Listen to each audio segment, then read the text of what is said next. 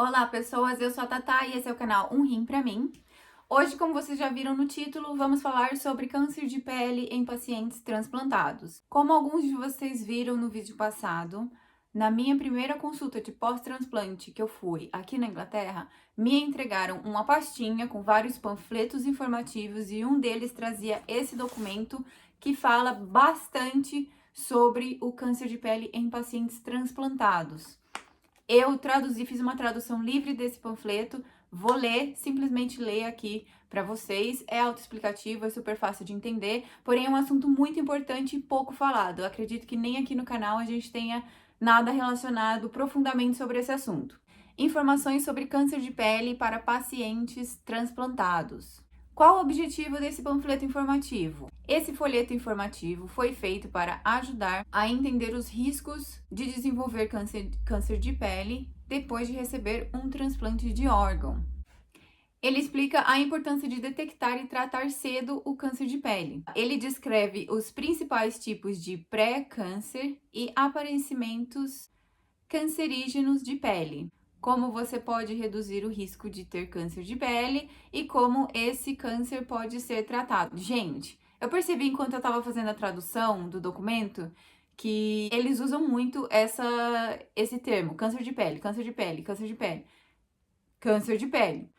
E claro que eu dei uma resumida, assim, em cada tópico que eu fui passando durante a tradução e eu vou tentar não usar tanto esse termo porque fica muito repetitivo. Então, vocês sabem de que doença eu tô falando. Então, muitas vezes eu vou falar a doença, essa condição, e não somente câncer de pele, câncer de pele, câncer de pele, ok? Então, continuando. Por que eu deveria ler esse panfleto? Tá escrito aqui. Se você vai passar, ter, ou já teve um transplante de órgão, é importante que você cuide bem da sua pele. Isso porque pessoas transplantadas têm maior risco de desenvolver câncer de pele que as outras pessoas. Não é muita novidade pra gente que tá aqui, certo? Mas se for pra você, então fique atento que essas dicas são valiosas, essas informações são valiosas, tá? Esse panfleto te dá... Peraí que eu vou colocar aqui pra ler mais perto da câmera. Esse panfleto te dá alguns conselhos sobre como cuidar melhor da sua pele e te informar sobre a importância de detectar precocemente câncer de pele, a importância do tratamento precoce do câncer de pele, como diminuir o risco de câncer de pele, tá bom? Vou tentar não usar tanto esse termo porque fica muito repetitivo. Por que eu tenho maior risco de desenvolver o câncer de pele? Se você passou por um transplante, você vai tomar imunossupressores. E se você não sabe, um adendo aqui, se você não está aqui agora, chegou agora e não sabe o que é imunossupressor, tá pensando em fazer um transplante, falei como se fosse, tá pensando em fazer uma rinoplastia, né? Se você, por acaso, precisar e estiver querendo fazer um transplante de órgão por motivos de doença, por motivos de saúde, no caso, você vai ficar ciente de que a gente toma imunossupressores todos os dias depois do transplante. E aqui vai explicar o porquê. Outra coisa, a gente tem um vídeo aqui no canal falando sobre imunossupressores, alguma coisa sobre drogas necessárias, algo assim. Se você quiser saber mais profundamente o que é, como é que funciona, vai lá ver esse vídeo. É de muitos anos atrás, assim como todos os outros. Ok, se você passou por um transplante, você vai tomar imunossupressores para prevenir a rejeição do órgão transplantado. Eles funcionam abaixando a sua imunidade, que é a defesa natural do corpo. Porém, esses tratamentos também aumentam o risco de câncer de pele, alguns tumores benignos e infecções. Como eu tenho mais chances de ter câncer de pele? Todos os pacientes transplantados têm o risco de desenvolver o câncer de pele e o risco aumenta com o tempo. Por exemplo, 20 anos depois do transplante, mais da metade dos pacientes terão tido câncer de pele. Enquanto todos os pacientes têm o risco, alguns são mais suscetíveis que outros de desenvolver a doença. Pacientes com qualquer uma das características que vou citar são significativamente mais suscetíveis à doença. Pacientes com uma pele muito clara que queima facilmente, pacientes com olhos azuis, verdes, cinzas ou hazel, acho que é tipo aquele olho mais cor de mel, assim, um castanho bem claro para amarelado, acredito que seja isso. Pessoas com cabelo loiro ou ruivo, pessoas que têm bastante sarda, também as pessoas, obviamente, que trabalham muito tempo no tempo, né? Fora de casa, embaixo de sol, ou que já teve no passado bastante exposição ao sol. E também histórico familiar de câncer de pele. Então, esse é o grupo de pessoas transplantadas que corre um risco maior de desenvolver a doença. Por outro lado, se você é descendente de africano, árabe, asiático ou descendência oriental, você tem menores chances de desenvolver os tipos mais comuns de câncer de pele. Entretanto, você ainda tem chances de desenvolver os tipos menos comuns da doença, então, por favor, não ignore a sua pele. No caso, eu não tenho olho azul, não tenho olho verde, não sou loira, não tenho pele clara, não sou ruiva e não trabalho fora de casa, exposta no sol. Então, acredito que, no meu caso, eu faço parte dessas pessoas que ainda tem chance de desenvolver, porém não esses mais comuns, que ocorrem normalmente com esse grupo de pessoas, certo? A gente, por ser do Brasil, não vou generalizar aqui, porque eu sei que o Brasil é gigante e tem todo tipo de gente com todo tipo de pele, e enfim. Mas, bora! Detectando o câncer de pele. Como eu posso ver sinais de câncer de pele? Vai contando aí quantas vezes eu já falei câncer de pele, câncer de pele, câncer de pele nesse vídeo. O tratamento será muito mais fácil se o câncer for detectado precocemente. Cheque a sua pele para ver se tem mudanças pelo menos uma vez por mês. Talvez você precise de um espelho ou de tirar fotos para poder comparar, né, um antes e um depois ali de como é que tá a sua pele, principalmente em lugares que você não consegue alcançar ou ver todos os dias no espelho, tipo, sei lá, costas, a parte de trás da perna, atrás do ombro, pescoço, esses lugares assim. Eles também disseram que você ou um amigo ou familiar pode ajudar nessa checagem. Então, se você aí tem um companheiro ou uma pessoa de confiança que você, né, possa pedir essa ajuda, peça. Você deve visitar o médico se algumas marcas na sua pele estão crescendo, sangrando, mudando de aparência de alguma forma, ou nunca cicatrizando, tipo, nunca sarando completamente. O quê?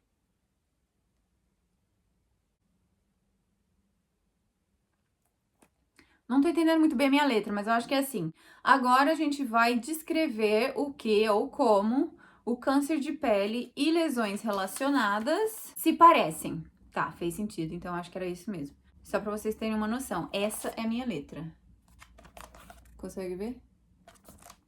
Ai, gente, fui fazendo rapidão, porque são um monte de páginas, eu já fui lendo e fazendo, então não prestei atenção na caligrafia, né? Pronto, essa é a parte em que eu precisei da ajuda do tradutor, porque eu não sei o nome de doenças, não sei traduzir nomes de doenças, porque eu nem sei o nome das doenças específicas, então vamos lá. Aqui tá a primeira, queratose actínica ou queratose solar. Isso aqui eu fiz um resumo, tá? Porque é uma folha, são 2 folhas inteiras falando de cada doença especificamente. Eu fiz um resumão. É uma alteração da pele causada principalmente por excesso de exposição ao sol e pode ser pré-cancerosa. Geralmente são rosadas ou vermelhas, com a superfície áspera. A cabeça, o rosto, o colo, o pescoço, braços e mãos são os lugares mais afetados. Aqui com cabeça, eu acredito que engloba a cabeça num todo, né? Se você é careca, por exemplo, cabeça, topo de cabeça e nuca. E se você tem cabelo, rosto, que faz parte da cabeça. Uhum.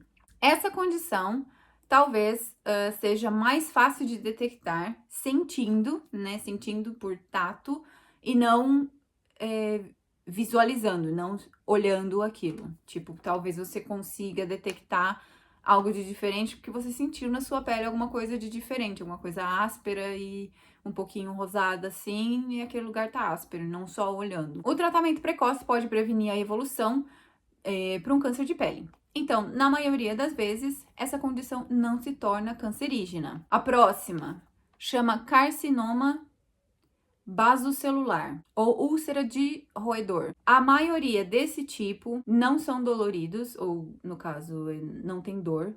As pessoas normalmente percebem ele como uma cicatriz ou uma crosta que sangra às vezes, mas nunca sara completamente. Ele pode ser também algo parecido com pequenas marcas marrons ou vermelhas. Ou, em alguns casos, algo como uma mancha esbranquiçada em volta de uma cavidade. Se deixada por anos, eventualmente pode evoluir para uma úlcera. Outros tipos de carcinomas basocelular são bem grumosos, com um ou mais nódulos translúcidos com pequenos, porém visíveis, vasos sanguíneos.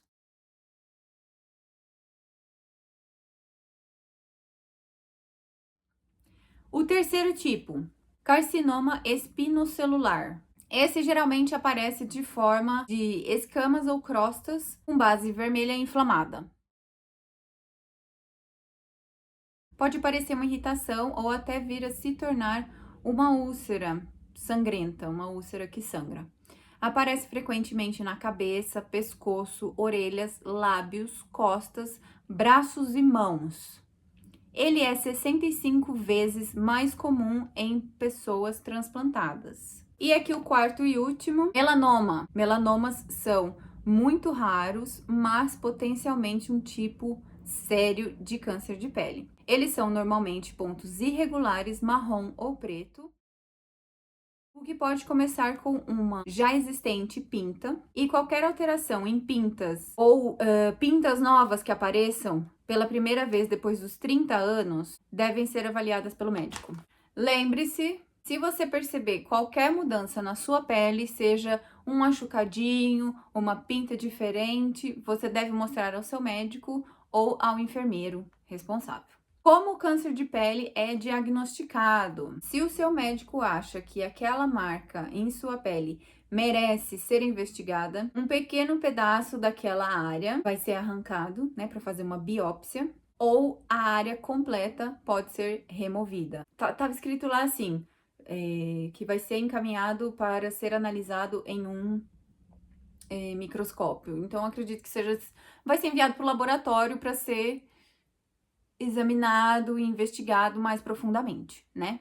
Você receberá anestesia local antes do procedimento. Obviamente, ninguém vai enfiar um bisturi em você sem sem te dar uma anestesia, né? Espero que não. Prevenção de câncer de pele. Existem várias formas que podemos reduzir suas chances de ter câncer de pele. São elas: aprender como reconhecer precocemente os sinais, que são essas coisas que eu acabei de falar. Examinar a sua pele regularmente, também já falamos sobre isso. Ter uma consulta anual sobre, no caso, sei lá, vai no dermatologista uma vez por ano, dá uma voltinha, mostra suas pintas, suas manchas, o seu corpinho, tudo.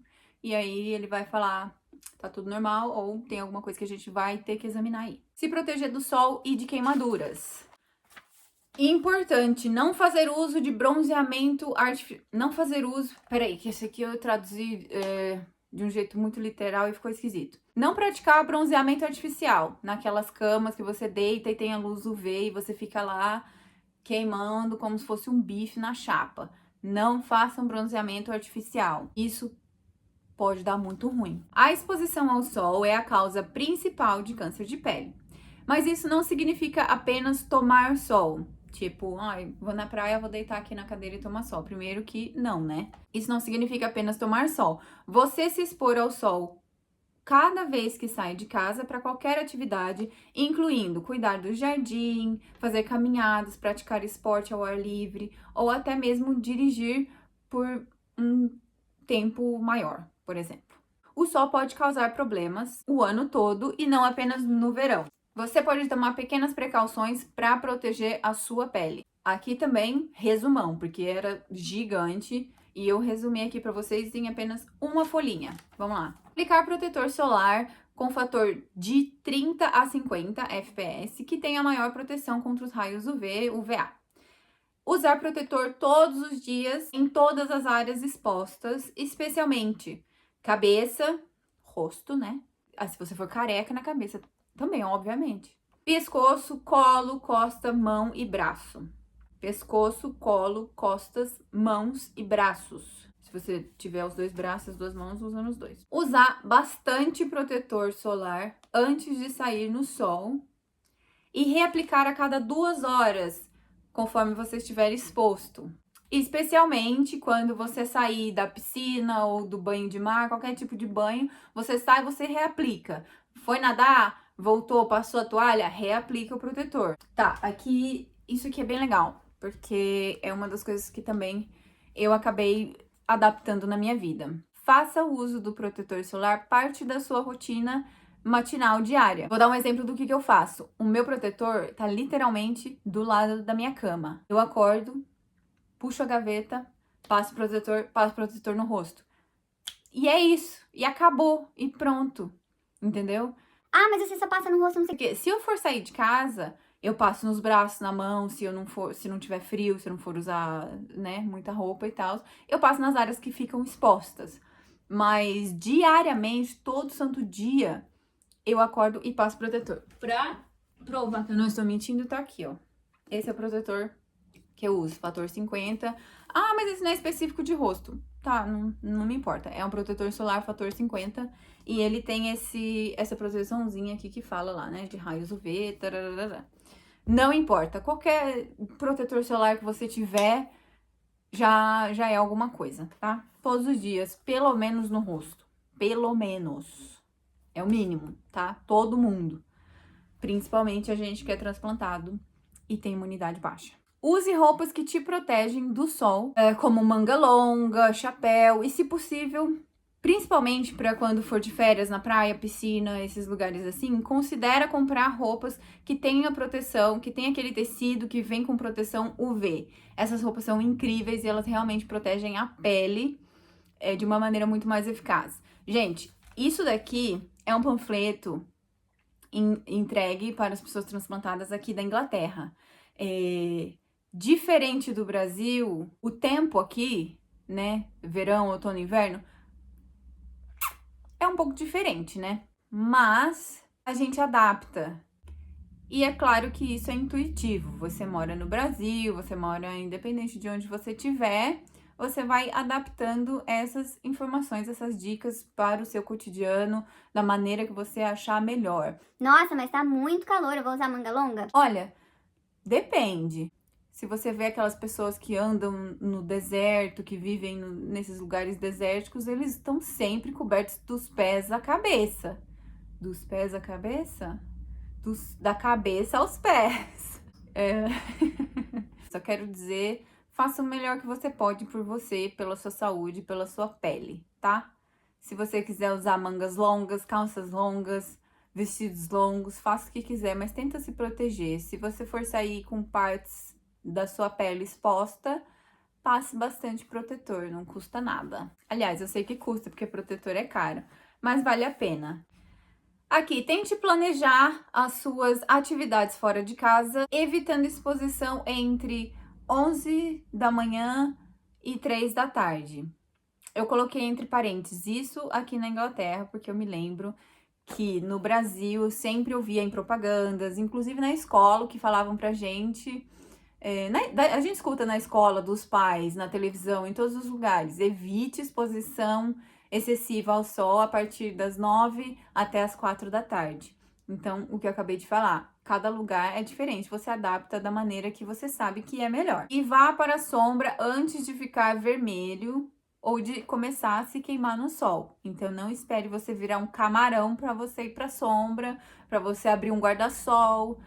Protetor solar não é 100% eficiente, por isso, atenção às vestimentas.